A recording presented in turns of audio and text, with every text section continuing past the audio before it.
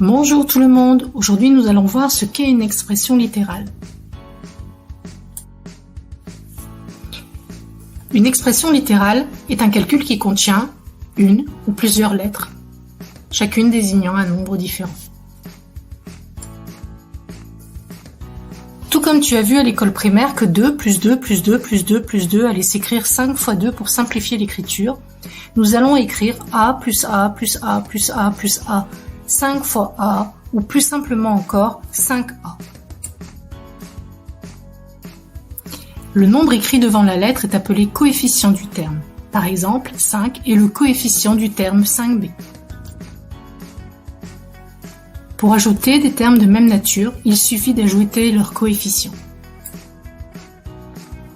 Regardons quelques exemples. 2A et 3A étant deux termes de même nature, des termes en A, nous allons ajouter leurs coefficients 2 et 3 et obtenir 5A.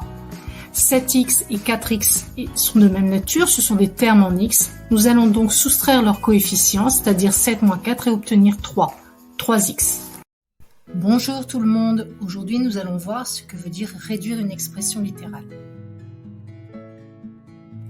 Dans le calcul littéral, certains nombres qui peuvent varier, c'est-à-dire changer, sont remplacés par des lettres. Ces nombres sont appelés des variables. Réduire une expression littérale, c'est ajouter les termes de même nature de façon à écrire l'expression avec un minimum de symboles. Tout comme dans la vie courante, il ne nous viendrait pas à l'esprit d'ajouter un nombre de livres et un nombre de carottes. En mathématiques, nous n'ajoutons pas les lettres différentes. Nous allons travailler sur plusieurs exemples. Commençons par réduire cette expression. La première chose à faire est de vérifier qu'il s'agit bien d'une forme développée, c'est-à-dire qu'il n'y a que des additions et des soustractions. La seconde chose à faire est de compter le nombre de natures différentes dans l'expression. Il y a des termes en A, en B, en C et des constantes. Il y a donc 4 natures différentes. Nous allons commencer par ajouter les termes en A.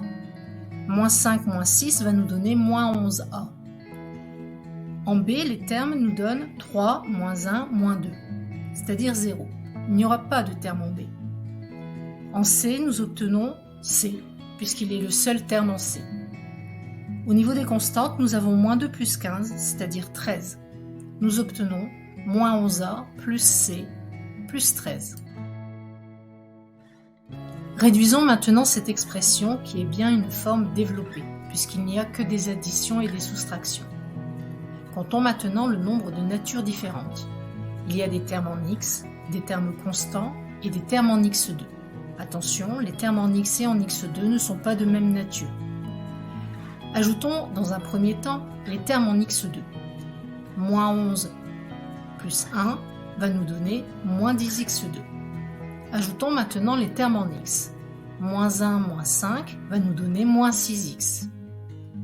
Pour ce qui est des constantes, 7 et 9, 16, moins 1, 15. Nous obtenons donc l'expression moins 10x2, moins 6x, plus 15. Attention, x est égal à 1x.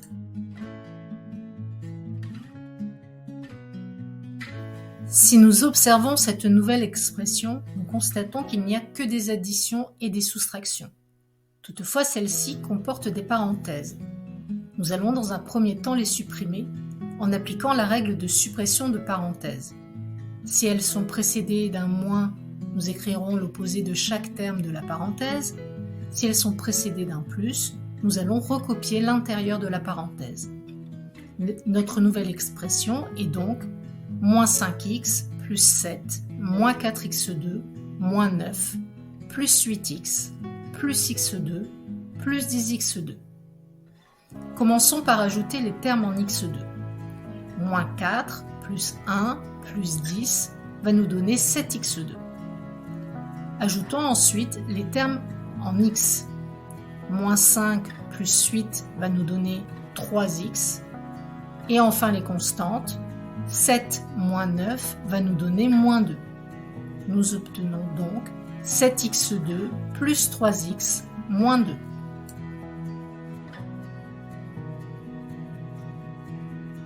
La leçon est finie, c'est à toi maintenant de travailler. N'hésite pas à me contacter pour me poser des questions.